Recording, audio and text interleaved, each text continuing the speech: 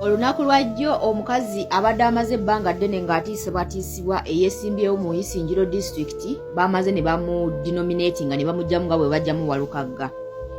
Kino ekintu njagala mukitegeere nti Byabakama akirimu butereevu 100% era Byabakama ayinza okuba yeekobanye ne siteeti okukola ebintu byonna byonna bye bali mu kukola ng'era naye ali mu kuzannya political fights ng'ali mu political fights against NUP nga campaigningira oba ng'ali mu kuyisaawo NRM mu kattuko erimu mu kaseera kano kubanga baaluzinze obuwagizi nti n'ebitundu bye baali batasuubira NUP kusimbayo omuntu nga bw'olaba Isingiro district awava Minisita Lwamirama owa Agriculture kikulaga nti NUP yali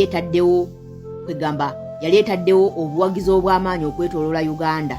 Ekintu kino Byabakama akirimu. Byabakama bw'avaayo n'atugamba nti yarecevinze ballot slips ez'aba presidential candidates era nga very soon from now agenda kuba arecevinga eza parliaments ez'abamemba ba parliament.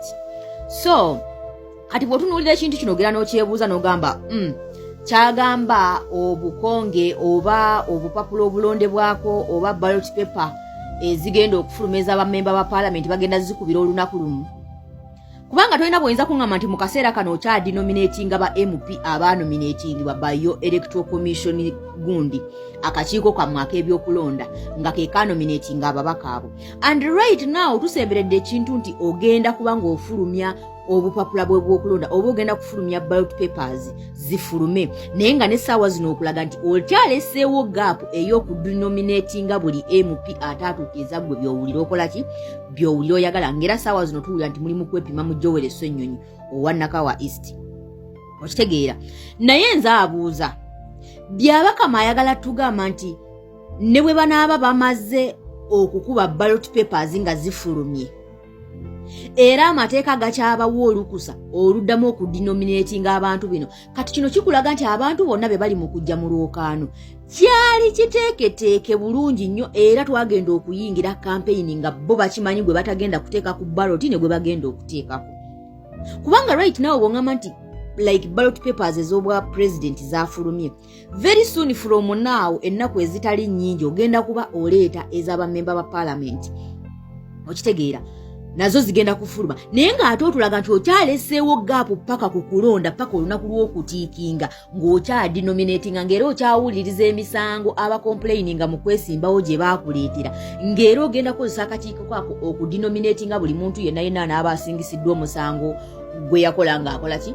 ng'anominatingibwa kati kitegeeza nti buli muntu yonna gwe muli mu kunominatinga era ensonga lwaki mwateekawo gaapu eyo yonna paka ku kulonda kubanga omwogezi w'akakiiko yatugamba baleseewo gaapu paka ku kulonda buli alina okwemulugunya akuleete bajja kudenominatinga buli muntu yenna anaaba asingisiddwa omusango oba anaaba atatuukiriza byetaago bya electoral commission.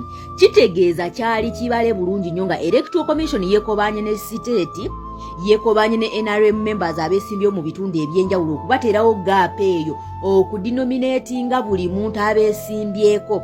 Kitegeeza Byabakama amanyi bulungi nnyo baani bagenda okuteeka ku ballot papers ez'abamemba ba parliaments baani bagenda okuteekako ne baana batagenda kuteekako kubanga tolina bw'oyinza kuŋŋamba nti olwaliro denominatinze member of parliament ate obupapula obulondebwako bujjanja kyogamba baba basuze babukola amanga ago ne bubeera transported to Uganda. Is that what you want to convince us, Simon Byabakama? This is really playing mind z'Abannayuganda. This is really playing like the campaign game on Ugandans. This is really disorganizing the minds of Ugandans. Okitegeera kumalamu bannayuganda amaanyi kubalaga nti n'essuubi eddene lye mukwatiridde tugenda kuricrashing. You don't have anything you can do on yourself. That's why bannayuganda mbakubira omulanga nti mwe mufokasinge ku muti omunene kubanga omuti omunene kasatumala oguyiggula ne tugukuba wansi kana akalula akalala tusobola okuddamu ne tutegeka akalala mu mazima n'obwenkanya kubanga don't expect Byabakama and his nze nabagamba abantu bonna abatula akakiiko ka Byabakama Aisha Lubega simanya ine byona simanya ani Okereti simanya baani nga bonna those are NRM cadres and they have been in NRM yani NRM flag bearers competition and they lose. They decided to give them positions in electoral commission. So don't expect such kind of people to give you justice. Don't expect such kind of people who are even card bearers for NRM to give you justice or to give you a space. So they have to fight you until on election day. Kitegeeza ekintu kino kyabalibwa kuva dda ate kyova olaba byabakama yalwawo n'abeera ng'ayongezaayo kunominatinga bammemba ba palamenti kubanga buli we yayongezangayo nga n'akakiiko ka NUP kongezaayo buli lwe yayongezangayo nga n'akakiiko ka NUP kayongezaayo ng'abaala nakubala abantu ki be bagenda okuwa kaadi ng'ayagala kulaba abantu ki be bawadde kaadi so that bakola strategy yaabwe ey'okuba denominatinga paka era abantu abatagenda ku ballot za byabakama ayina lisiti yaabwe ekyo mubeerewo nga mukimanyi. Don't be surprised nga bajjemu n'omuntu gw'obadde tosuubira. Ffenna twali surprised okujjamu Walukaga kyokka nga n'ekiwandiiko Electoral Commission kyewandiikira Walukaga yakiteeka mutesi ku mukutu omugatta abantu. Tebakonfirming yadde okucommunicatinga to Walukaga gwe bali mu kudenominatinga ate kyafuluma like weeks before Walukaga nga tannakimanya nakimanya. Obo kitegeera ekintu ekyo. So kitegeeza buli muntu yenna atagenda ku ballot paper ya byabakama yamuyina ku list era bw'anaaba awaayo list z'okkubibwa ez'obukongo obwo bw'abamemba ba parliament ajja kuba amanyi baani bagenda okuteeka ku ballot papers. Kitegeeza buli muntu wa NUP yenna atagenda ku ballot paper byabakama amuyina ku list era be ready, expect more candidates to be denominated anytime whatsoever.